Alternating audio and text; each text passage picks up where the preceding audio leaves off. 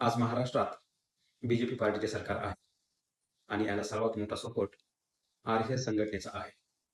R-S-S ही संघटना ब्राह्मणांची आहे. या संघटनेचं उद्दिष्ट महाराष्ट्रात धर्माधर्मात भांडण लावणे, हिंदू-मुस्लिम करणे, जातीवाद पसरवणे आणि या राज्यात ब्राह्मणांची सत्ता कायम ठेवणे हा आहे. मग त्यासाठी ते काहीही करू शकतात. या ब्राह्मणी आर-एस-एस संघटनेने महाराष्ट्रात ओबीसी, एससी, एसटी समाजात एकही राहू दिली नाही. सतत यांच्यात भांडण लावून स्वतःची सत्ता सेफ ठेवली आहे.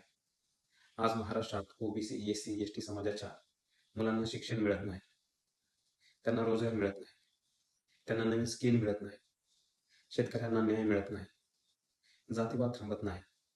यावर आर-एस-एसचे मोहन भागवत काही बोलत नाहीत. ते फक्त हिंदू धर्म आणि मुस्लिम धर्म यावर बोलतात. आज सत्तेत बीजेपी पार्टी आहे जी आर-एस-एसचे गुलाम आहे.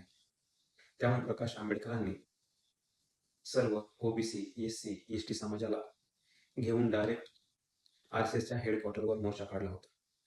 हा मोर्चा ब्राह्मणी व्यवस्थेला हादरवणारा होता, कारण आजपर्यंत आर-एस-एस संघटनेवर असा मोर्चा काढायची कोणाची हिंमत झाली नव्हती.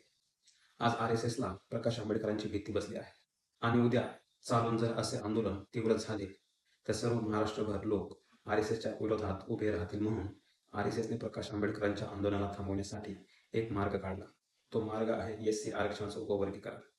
या मार्गाद्वारे बीजेपीने मातंग समाजाला एससी आरक्षणात अबकड वर्गीकरण देऊ म्हणून रस्त्यावर उतरवलं आहे, ज्यामुळे आता मातंग समाज दुभागू शकतो, त्यांच्यातील एकीमध्ये फूट पडू शकते.